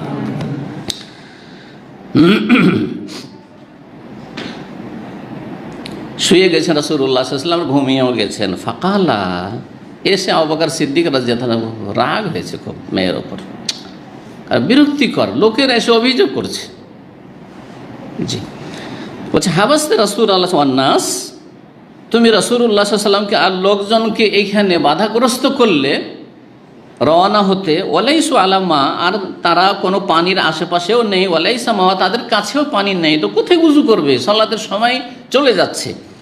ফাকালাত আয়েশা, তো আয়েশা রাদিয়াল্লাহু আনহা বলছেন, ফাআতাবানি আবু বকরিন, আবু বকর সিদ্দিক রাদিয়াল্লাহু আনহু, আমার আব্বা আমাকে খুব ধমকালেন, চমকালেন, তিরস্কার করলেন। এতাব মানে তিরস্কার করেন, ভালো মন্দ বললেন, বকাবকি করলেন। সহজ ভাষা আমাদের দেশে কী করলেন? বকাবকি করলেন।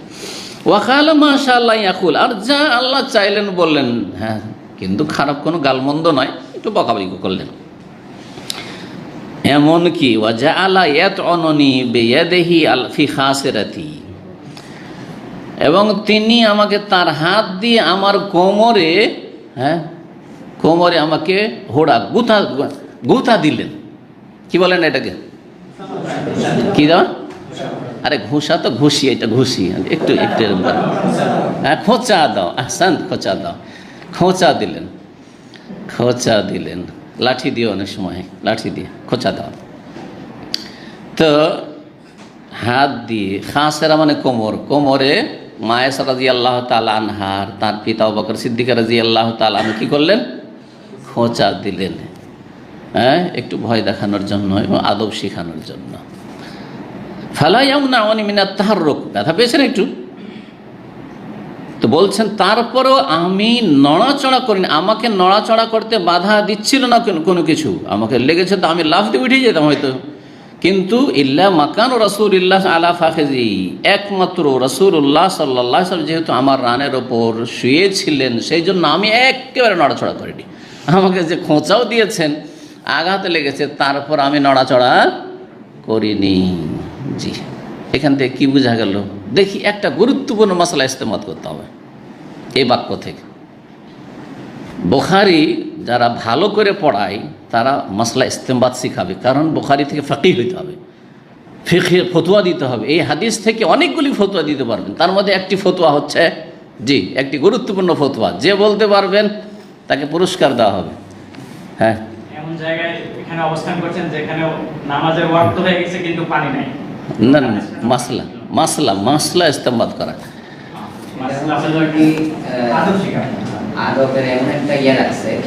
খালাস।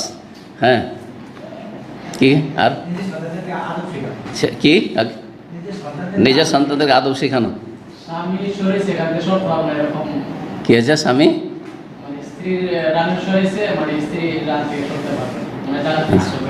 হ্যাঁ, স্ত্রীকে বিয়ের পর বাবা পিতা তাকে শাসন করতে পারে, মারতেও পারে। স্ত্রী কেন বলেছেন?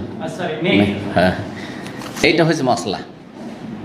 সাবালিকা মেয়েকে, বিবাহিতা হোক আর অবিবাহিত হোক, বিবাহিতা এবং তার সাথে সাবালিকা মেয়েকে বাপ মা প্রয়োজনে মারতে পারে, প্রয়োজনে মারতে পারে। কারণ আমাদের বাঙালি সমাজে আমরা ছোটো থেকে দেখেছি, কেউ যদি এরকম কাজ করে দেয় যে একটু বড় মেয়েকে মেরে দেয়, সাবালিকা হয়েছে 15 বছর বয়স, মেরে দেয়, আরে কোন লোক এটা, কোন মানুষ হলো এটা সাবালিকা মেয়েকে মেরেছে? কথা বলছেন, বড় আইব, কিন্তু এটা বড় দোষ না, কোনো আইব না, প্রয়োজনে। কিন্তু তার সে মাঠটা হালকা হইতে হবে, সেটা আদবের জন্য হইতে হবে, শাস্তি দেওয়ার জন্য, আজাবের জন্য নয়। আর সেটা প্রয়োজনে হইতে হবে, সেটা প্রয়োজনে হইতে হবে, বিনা কামে নয়। কলহ ঝগড়া বাড়িতে চলছে সেই জন্য মারামারি, না না না, মোটেই না। কথা বলছেন না?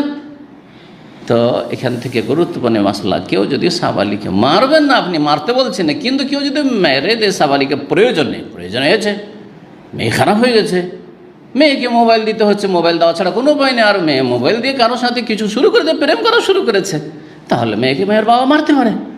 বলছেন সাবালিকে মেয়ে গায়ে হাত দেওয়া যাবে না, সাবালিকে মেয়েকে মারা যাবে না, না না, এটা শরীয়ত নয়, এটা শরীয়ত নয়। জি। ফাকামা রাসূলুল্লাহ সাল্লাল্লাহু আলাইহি ওয়াসাল্লাম উঠলেন, ধম্মা হলো, হিনা আসবাহা, যখন ভোর হয়েছে, আলা গায়রি মা, কিন্তু পানি নেই। তাহলে সালাতটা কিসের ছিল? ফজরের সালাত ছিল। আর ফজর আগে তো সাহাবীরা উজু করার জন্য ভিড় আছে, কাফেলাতে অনেক লোক আছেন, তারা উজু করার জন্য আগে থেকে পানির কথা চিন্তা করছে, কিন্তু আর এইখানে তো থেমে যেতে হইলো হারিয়ে যাওয়ার জন্য, তো এখানে তো পানি টানি নেই, আর আমাদের কাছেও পানি নেই, কিসে উজু করব আর কীভাবে আমরা সালাত পড়ব? রাসূলুল্লাহ সাল্লাল্লাহু আলাইহি ওয়াসাল্লাম সকাল সুবসাদেক হইলেই জাগলেন। ফানজালাল্লাহ আয়াতাত তায়াম্মুম, তখন আল্লাহ রাব্বুল আলামিন তায়াম্মুমের আয়াত নাজিল করে দিলেন। এতদিন পর্যন্ত তায়াম্মুমের বিধান ছিল না। ফাতায়াম্মামু, তখন সাহাবায়ে কেরামরা কি করলেন? সকলে তায়াম্মুম করলেন।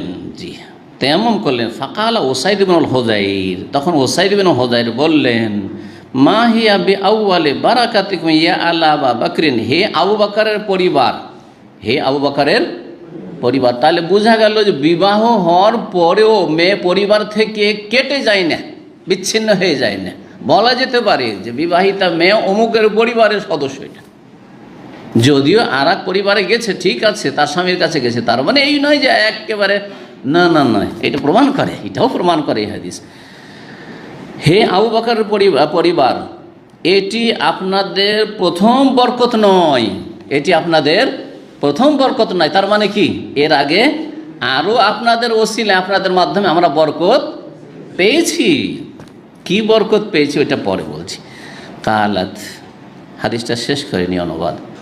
মা আয়েশা বলছেন, ফাবাসনাল বাইরা আল্লাযী কুনতু আলাইহি, অতবার যখন তলাশ করে চারিদিকে মাঠে তলাশ করে একেবারে নিরাশ হয়ে গেল সবাই, এত সাহাবা, সবাই নিজ নিজ জায়গায় এদিক সেদিক তলাশ করছেন, মা আয়েশাও তলাশ করছেন, যেখানে মনে করছেন যে এখানে হয়তো হারিয়েছে, পাওয়া গেল না, পাওয়া মোটেই গেল না। বলছেন নিরাশ হয়ে এখন চলে যেতে হবে এখান থেকে। তখন আমরা উঠালাম সেই উটকে, যেটা বাহন ছিল মা আয়েশা রাদিয়াল্লাহু তাআলা আনহার, সেই বাহনটাকে উঠালো, বসেছিল। তাহলে আল্লাযী কুনতু আলাইহি, যেই উটের পিঠে আমি চড়েছিলাম, ফাসাবনাল ইকদা তাহতাহু, অতঃপর আমরা পেয়ে গেলাম সেই মালাটিকে, তাহতাহু, সে উটের নিচে মালাটা পড়ে গেছে আর উপরে উটটা বসে গেছে। এই অংশ থেকে গুরুত্বপূর্ণ একটি আকীদার মাসলা জানা যায়। কে বলতে পারবে? হ্যাঁ, ঠিক আছে। নবী করিম সাল্লাল্লাহু আলাইহি ওয়াসাল্লাম আলেমুল গায়ব নন। নবী সাল্লাল্লাহু আলাইহি ওয়াসাল্লাম সব গায়ব জানেন, দৃশ্য অদৃশ্য সব খবর রাখেন।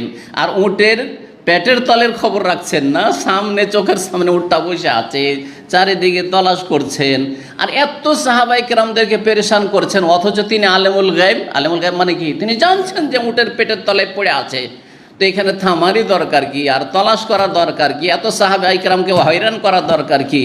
যদি কেউ জেনে শুনে এরকম হয়রান করে, সে ভালো মানুষ না খারাপ মানুষ? তার নবী সাল্লাল্লাহু আলাইহি সাল্লামকে বেদাতীরা কত বড় খারাপ মানুষ করে দিল, করলো না? করলো না? কোন বেদাতীরা বলে নবী আলেমুল গায়ব হাজির নাজির, জানেন কি? হ্যাঁ, ভারত, বাংলাদেশ, পাকিস্তানে তাদের বিশেষ একাধিক নাম রয়েছে। হ্যাঁ হ্যাঁ, বেরেলভি, হাসান বেরেলভি নামটি ভারতে মশহুর। বাংলাদেশে অনেকে বেরেলভি জানে না, রেজভি জানে। কি জানে? রেজভি জানে। জি, আহমদ রেজা খান বেরেলভি। আহমদ রেজা খান বলে একজন মাজার পূজারীদের চরমপন্থী আলেম ছিল, যে সারা বিশ্বের সমস্ত আহলে হাদিসকে, সালাফিদেরকে, আরব ওলামা এবং শাসকদেরকে, এমনকি দেওবন্দি হানাফিদেরকেও, তবলিগি হানাফিদেরকে, জামাতি হানাফিদেরকে, যতগুলি হানাফিদের ফিরকা আছে সবগুলিকে কাফের বলেছে, এবং শুধু কাফের না, বলছে যে জঘন্য কাফের। জি, জঘন্য কাফের। শুধু তাই নাই, আহমদ রেজা খান বেরেলভি তার কিতাব বলেছে যে देवबंदी और अहले हदीस ये सब वहाबी काफिर हैं, अगर उनके कुफ्र में कोई शक करे तो वो भी काफिर है। কেউ যদি সন্দেহ করে যে আরে দেওবন্দি মৌলানা জাকারিয়া এত বড় আলেম, শাইখুল হাদিস দেওবন্দির ও কাফের, কাসেম নানতবি কাফের, আশরাফ আলী থানভী কাফের, বলছে जो शक करे वो भी काफिर है। কথা বোঝা গেছে? এই চরমপন্থী ভারতে ইংরেজ আমলে কতগুলি ফিতনা জন্ম নিয়েছে। তার একটি ফিতনা হচ্ছে বেরেলভি ফিতনা, আরেকটি হচ্ছে কাদিয়ানি ফিতনা। কাদিয়ানি ফিতনা এগুলো বড় ধরনের ফিতনা, যে ইংরেজরা তৈরি করেছিল মুসলিমদেরকে ছিন্ন ভিন্ন করার জন্য। ডিভাইড অ্যান্ড রোল, বিভক্ত করো আর ক্ষমতা চালাতে থাকো ভারতবাসীর উপর। জি, তখন অখণ্ড ভারত। তো এই আহমদ রেজা খান বেরেলভির নামে এই ফিরকা, যেই ফিরকা এই আহমদ রেজা খানের অনুসারী, তাদেরকে বলা হয় বেরেলভি। কারণ এর বাড়ি ছিল উত্তরপ্রদেশের একটি শহর বেরেলি শহর। শহরের নাম ভালো করে শোনেন, শহরের নাম কি? বেরেলি। সেই জন্য ওদেরকে বলা হয় বেরেলভি। কিন্তু অনেকে উচ্চারণ বেরেলভি না করে ওদেরকেও বেরেলি বেরেলি বলে, কিন্তু শহরটার নাম বেরেলি। কথা বোঝা গেছে না? জি হ্যাঁ। আমি একটা লিখনী পড়েছিলাম এই তাহরিক পত্রিকায়, তাতে তথ্য ভুল আছে, সেটা অনেকে পড়ে ভুল বুঝবেন, সেই জন্য আমি সংশোধনের জন্য বলছি। অনেক লেখকরা লিখে, আর যেহেতু ইতিহাস সম্পর্কে অথবা ওই অঞ্চল সম্পর্কে তাদের জানা নেই, লিখে দেয়। উত্তরপ্রদেশে দুটো শহর আছে, একটা হচ্ছে বেরেলি শহর, যেটা বড় শহর, সিটি, আর একটি হচ্ছে রায় বেরেলি, যেটা টাউন। টাউন আর সিটিতে পার্থক্য বুঝেন তো? বুঝেন না? বুঝেন না? চাপে আমি নাও বলেন টাউন, কিন্তু রাজশাহী হ্যাঁ সিটি ধরেন, ঢাকা সিটি, চিটাগাং সিটি, ওইরকম। তো বেরেলি আর রায় বেরেলি, এই লেখকের যে আর্টিকেলটা লিখেছে তাতে লিখেছে যে আহমদ রেজা খান বেরেলভির জীবনী লিখতে গেছে, বা তার শিরকি কুফরি আকীদা লিখতে বলছে যে আহমদ রেজা খান বেরেলভি রায় বেরেলির লোক ছিলেন। রায় বেরেলির লোক ছিলেন, এটি তথ্য ভুল। রায় বেরেলি নয়, কোথাকার ছিলেন? বেরেলি শহরের লোক ছিলেন। জি। তো তার অনুসারীদেরকে কি বলা হয়? বেরেলভি বলা হয়। আর বাংলাদেশে পরিচিতি লাভ করেছে রেজভি নামে। কি নামে? রেজভি। কারণ এই দলটি বাংলাদেশে খুব শক্তিশালী, মাজার পূজারী দলটি। আর বেরেলি বলতে বাংলাদেশে আটরসি, মাইজভান্ডারি, ফুলতুলি, কথা বোঝা গেছে? তারপরে আপনার আরও সারসিনা 50-50, বেরেলভি কিছু, দেওবন্দি 50-50 আছে। ওরা চরমনাইটা দেওবন্দি, বোঝা গেছে? জৌনপুরিও 50-50, জৌনপুরি বেরেলভি আকীদা আছে, দেওবন্দিও আছে। জি। তো দেওয়ানবাগি এগুলো সব কি? বেরেলভি মাজার, পাক্কা মাজার পরে যতগুলি মাজার পূজারি আছে। জি হ্যাঁ। তো বাংলাদেশে অনেকগুলি তরিকত আছে মাজার পূজার, সবগুলির হেডলাইন হচ্ছে বেরেলি। তারা কি? বেরেলভি, বেরেলভি, রেজভি। রেজভি কেন বলা হয়? এই গুমরাহর নাম ছিল, পথভ্রষ্টকারীর নাম ছিল আহমদ রেজা খান বেরেলভি। সেই জন্য এই দলটা তাদের নিজেদের নাম কি বলে? রেজভি। দেখবেন বাংলাদেশে অনেক বক্তার নাম অমুক রেজভি, অমুক রেজভি। ওরা হচ্ছে এই শিরকি কুফরি আকীদার লোক। তাদের কাছে নবী সম্পর্কে তাদের অতিরঞ্জন বাড়াবাড়ি, কুফরি আকীদা। নবী আলেমুল গায়েব, নবী হাজির নাজির, সব জায়গায় হাজির, সব জায়গায় সব কিছু দেখেন। ওই জন্য তাদের মিলাদ মাহফিলগুলোতে একটা চেয়ার খালি রাখে, ওখানে সাজিয়ে সুন্দর করে, যে নবী পরে তশরিফ নিয়ে এসে বসবেন। আর যখন আসবেন, হ্যাঁ নবী তশরিফ নিয়ে এসেছেন, আপনারা দাঁড়িয়ে যান, দাঁড়িয়ে যান, ক্যাম করেন, ক্যাম করেন, করায় ওরা। জি হ্যাঁ। নবী মুখতারে কুল তাদের কাছে, এই বেরেলভি ফিরকার কাছে নবী হচ্ছে মুখতারে কুল। এগুলো উর্দু টার্ম তাদের। মুখতার মানে, মুখতার কুল মানে সব কিছুর ক্ষমতার মালিক, সব কিছুর ক্ষমতার মালিক। তার মানে তিনি জান্নাতের মালিক, জাহান্নামের মালিক, তারপরে রুজির মালিক, তিনি হায়াতের মালিক, মৌতের মালিক, তিনি সুখের মালিক, দুঃখের মালিক। যা চাইবে তার কাছে চাও। বেরেলভিদের কবিতা আছে, বাংলাতেও আছে, কিন্তু বাংলাগুলো আমার মুখস্থ নাই, একটা লাইন। আর উর্দুও মুখস্থ নাই, কিন্তু উর্দু একটা লাইন আছে। এই শিরকি কুফরি কবিতা বলছে যে নবীর দরবারে এসে, মানে মদিনায় এসে খালি হাতে কেউ ফিরে যায় না। মদিনায় এসে খালি হাতে ফেরা যায়। ফের যাদেরকে তারা ওয়াহাবি বলে, মানে দেওবন্দি আহলে হাদিসদেরকে, তাদেরকে বলছে আরে এই নাদান, মানে এই মূর্খ, তুই চাইস না কেন? ইহা মিলতা হে বেমাঙ্গে। এ নবীর দরবারে গেলে না চাইলেও পাওয়া যায়, না চাইলেও পাওয়া যায়। এ হচ্ছে তাদের আকীদা।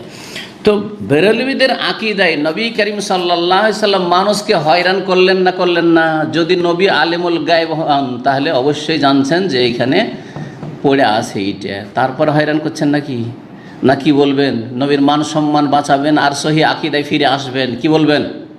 বেরেলভিদেরকে বলছি, মাজার পূজারীদেরকে বলছি, এই শিরকি কুফরি আকীদা বিশ্বাসীদেরকে বলছি, আল্লাহ ছাড়া কেউ আলেমুল গায়ব না। নবীকে যতটা যখন আল্লাহ জানিয়ে দেন তখন ততটা জানতে পারেন। হ্যাঁ, নবী সাল্লাল্লাহু আলাইহি ওয়াসাল্লাম আমাদের চাইতে বেশি জানতেন, কারণ তার কাছে ওহী আসতো, কিন্তু সব জানতেন অথবা জানার চাবি ছিল না। চাবি কার কাছে? ওয়া ইনদাহু মাফাতিহুল গায়ব। আল্লাহ বলছেন আল্লাহর কাছেই রয়েছে গায়বের চাবি। লা ইয়ালামুহা ইল্লাহু, তিনি ছাড়া কেউ গায়ব জানেন না। আর তারপরেও কোরআনে কত আয়াত রয়েছে, আসমান জমিনে আল্লাহ ছাড়া কেউ গায়ব জানে না। সূরা নামলের কুল লা ইয়ালামু মান ফিস সামাওয়াতি ওয়াল আরদিল গায়বা ইল্লাল্লাহ। আরও আল্লাহ বলছেন নবীকে, হে নবী তুমি বলে দাও, ওয়ালাউ কুনতু আলামুল গায়বা লাস্তাকসারতু মিনাল খায়র, যদি আমি গায়ব জানতাম তো অনেক কল্যাণ সঞ্চয় করে নিতাম, ভালো আর ভালো, মন্দই হইতো না। ওমা মাসসানিয়া সু, আর কখনো আমাকে মন্দ স্পর্শ করতো না। তাহলে তায়েফে সফর করে এসে হ্যাঁ রক্তাক্ত হইতেন না, আর ওহদে দাঁত ভাঙতো না, তাই না? সব জানছেন আগে থেকে যে এরকম করে হামলা করে দেবে, সুতরাং এদের উপরে বিশ্বাস করে এই 50 জন লোক এখানে দাঁড় করেছে না, করতাম না, সতর্ক থাকতাম। হ্যাঁ, ঠিক কিনা? নবী করিম সাল্লাল্লাহু আলাইহি সাল্লামের জীবনে কত ঘটনা ঘটেছে। একদল ধোঁকাবাজ কাফেররা এসে বলছে যে আমরা সব মুসলমান হয়ে গেছি, এখন ওদেরকে কোরআন তালিম দেওয়ার মতো কেউ নেই, তো আপনার এদেরকে সাহাবীদেরকে পাঠান, একদল পাঠান যে আমাদের এলাকাবাসী সব শত সব মুসলিম হয়েছে, তাদেরকে কোরআনের তালিম দেবে। অথচ তারা সব কাফের ছিল, মুনাফিক কাফের ছিল, একটাকে ইসলাম গ্রহণ করেনি।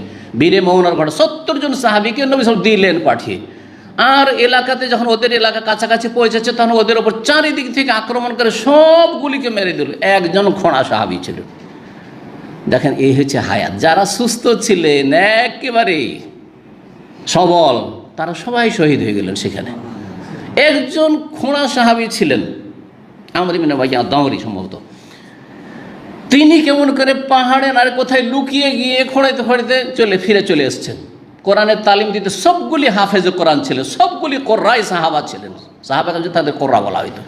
নবী সাল্লাল্লাহু আলাইহি সাল্লাম যখন ওহীর মাধ্যমে জানতে পারলেন ওহী হচ্ছে, আর ওই দিকেও দৌড় দিয়ে ওই খোঁড়া সাহাবী এসে বলছে, ইয়া রাসূলুল্লাহ, আমার সাথী সঙ্গী সবকে খুন করে দিল, এরা সব কাফের, কেউ মুসলমান হয়নি। নবী সাল্লাল্লাহু আলাইহি ওয়াসাল্লাম ঝরঝর করে কান্না করছেন।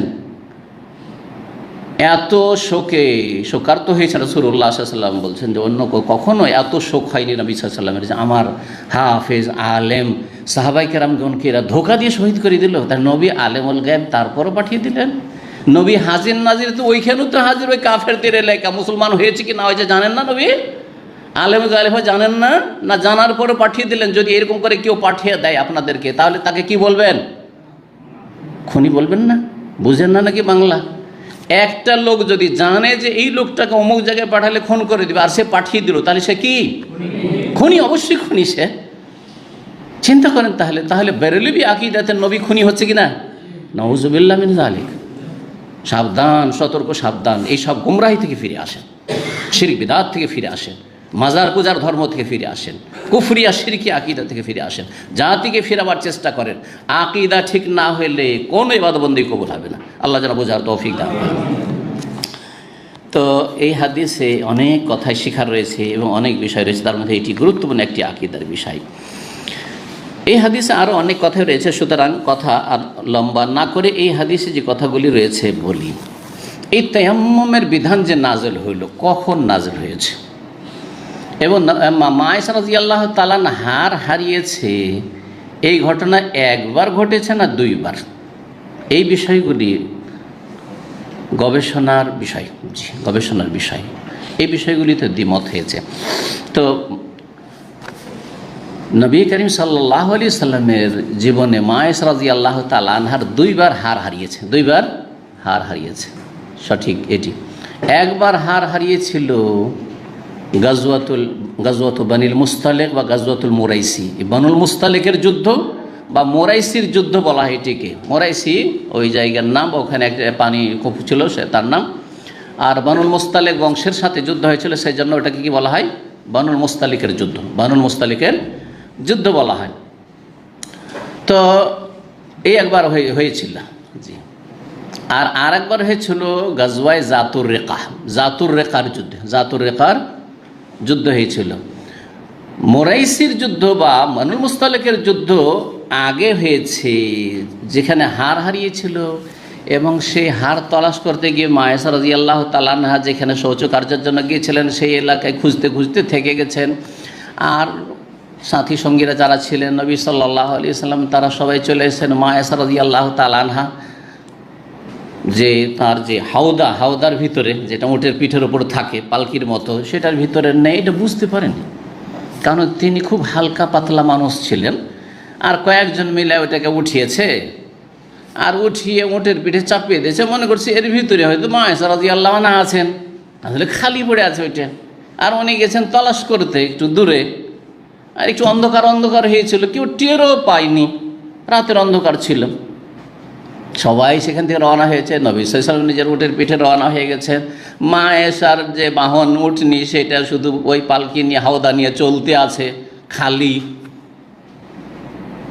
একজন সাহাবীকে সবসময় দায়িত্ব দিতেন নবী সাল্লাল্লাহু আলাইহি ওয়াসাল্লাম, যে সবাই যখন আমরা রওনা হয়ে যাবে তুমি সব কিছু তল্লাশি নিয়ে দেখে আসবে যে কোনো কিছু ছুটে তো গেল না, মাল সামান ছুটে গেল না, কোনো মানুষ ছুটে গেল না।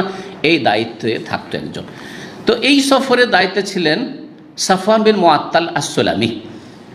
তিনি যখন এদিক সেদিক তলাশ করছেন, একটু ফর্সা হয়েছে, পরে গিয়ে তাড়াতাড়ি করে গিয়ে সাথ ধরে নেবেন ওদের। মা আয়েশা রাদিয়াল্লাহু তাআলা আনহা তার আগে ওই দিক থেকে ফিরে এসেছেন, আর হার তলাশ করে এসেছেন, আর শৌচকার্য সেরে এসেছেন। আসার পরে দেখছেন যে আরে সবাই তো চলে গেছে, আমি তো একাই পড়ে গেলাম, তো কি করব, এখানে আমি তাহলে শুয়ে যাই। আর যখন দিন হবে, ফর্সা হবে, যখন আমাকে দেখতে পাবে না, তখন ওরা ফিরে আসবে, আমাকে নিয়ে যাবে, আমি তো আর রাস্তাঘাট চিনি না। শুয়ে পড়েছেন। লম্বা কিসসা খুব সংক্ষেপে বলছি। আর তারপরে সাফওয়ান বিন মুআত্তাল আসলেন, আর তারপর তাকে উঠিয়ে নিয়ে গেলেন। এই একটা ঘটনা ছিল হার হারাবার। তো এই যে হার হারিয়েছিল, এই সময় একটা হার হারিয়েছিল, যেই সময় ঘটেছিল কি ঘটনা? মিথ্যা তোহমাত ও অপবাদের ঘটনা মা আয়েশা রাদিয়াল্লাহু তাআলা আনহার ওপর, যেটাকে বলা হয় ইফকের ঘটনা। সূরা নূরে যার কথা বর্ণনা করা হয়েছে, ইন্নাল্লাযীনা জাউ বিল ইফকি উসবাত, মুনাফিকরা তখন কি করলো? মিথ্যা অপবাদ দিয়ে দিল যে আরে আয়েশা থেকে গেছে, আর এই লোকটা সাফওয়ান থেকে গেছে, আর আমরা সবাই চলেছি। কেন থেকে গেল? তাহলে কোনো ভেজাল আছে, আরে কত কি যে হয়ে গেছে। আউযুবিল্লাহি মিনাশ শাইতানির। ভালো ভালো মানুষ সম্পর্কে মুনাফিক চরিত্রের লোকেরা এরকমই কাজ করে। আর গুজব তো মানুষ বাতাসের আগে ছুটে। গুজব এমন একটা খারাপ জিনিস যে মানুষকে মজা লাগে বলতে, শয়তান প্ররোচিত করে, তো সেটা বলতে মজা লাগে। তদন্ত করি না, আরে শুনেছি যে আরে অমুক শেখ এরকম, শুনেছি যে অমুক এরকম, এই বলা শুরু করলো। দেখা দেখি নেই, জিজ্ঞাসা নেই, তদন্ত নেই, কিচ্ছু নেই। অথচ আল্লাহ তদন্ত করো, সূরা ফাতাবাইয়ানু, তদন্ত করো, তারপরে বলো মুখ খোলো, নাহলে চুপ থাকো। এই একবার হার হারিয়েছিল। আর আরেকবার হার হারিয়েছিল এই জাতুর রেখা। জাতুর রেখা কখন হয়েছে? মোরাইসির যুদ্ধ হয়েছে 6ষ্ঠ হিজরিতে, আর জাতুর রেখা হয়েছে আপনার 7ম হিজরিতে খাইবারের যুদ্ধের পরে। খাইবারের যুদ্ধের পর, এটা হচ্ছে সঠিক মত, এটা হচ্ছে সঠিক মত। কারণ এই জাতুর রেখার যুদ্ধে আবু হুরায়রা রাদিয়াল্লাহু তাআলা আনহু ছিলেন, আর একজন সাহাবী ছিলেন, যারা খাইবারের বছরে ইসলাম কবুল করেছেন।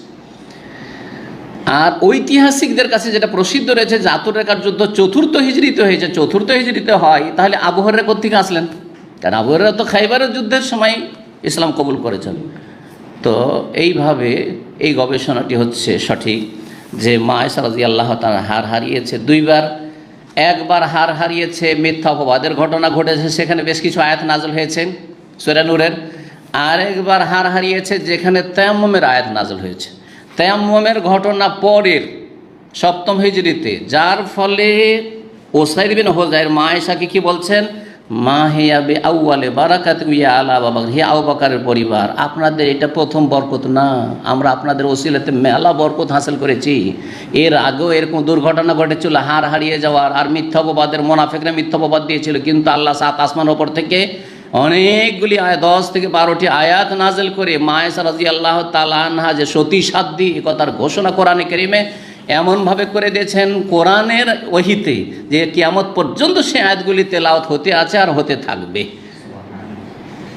স্বপ্নযোগে নয়, যে নবী সাল্লাল্লাহু আলাইহি ওয়াসাল্লামকে জানিয়ে দিলেন স্বপ্নে যে তোমার স্ত্রী ভালো সতী সাধ্বী, কোনো হাদিসের ওহী নয়, বরং কোরআনের আয়াতের ওহী। আর একটি আয়াত নয়, এতগুলি আয়াত নাজিল করলেন, এগুলি বরকত নয়?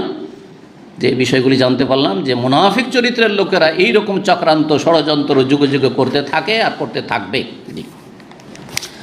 তো এই ছিল হাদিস। আর তারপরে আরেকটি হাদিস পড়িনি, তাহলে অধ্যায়টি শেষ হয়ে যাবে। 335 নম্বর হাদিস বলছেন জাবের রাদিয়াল্লাহু তাআলা আনহু আন্না নবী সাল্লাল্লাহু আলাইহি ওয়াসাল্লাম বলেছেন উতিতু খামসান, আমাকে 5টি বৈশিষ্ট্য দেওয়া হয়েছে, লাম ইউতাহুন্না আহাদুন ক্বাবলি, আমার পূর্বে কাউকে দেওয়া হয়নি বা ইতিপূর্বে কাউকে দেওয়া হয়নি। নুসিরতু বির-রুব, এই বৈশিষ্ট্যগুলি কার? রাসূলুল্লাহ সাল্লাল্লাহু আলাইহি ওয়াসাল্লাম এবং তার উম্মতের। এই হাদিসে 5টি বলা হয়েছে, কিন্তু আরও বৈশিষ্ট্য রাসূলুল্লাহ সাল্লাল্লাহু আলাইহি ওয়াসাল্লামের রয়েছে যা অন্যান্য আয়াত এবং হাদিস দ্বারা প্রমাণিত। তো বিশেষ করে 5টি এখানে বর্ণনা করা হয়েছে। নুসিরতু বির-রুব মাসিরাতা শাহর, আমাকে ভীতি সঞ্চার করে সাহায্য করা হয়েছে 1 মাসের দূরত্ব থেকে। ভীতি সঞ্চার কার অন্তরে করেছেন? কাফেরদের অন্তরে।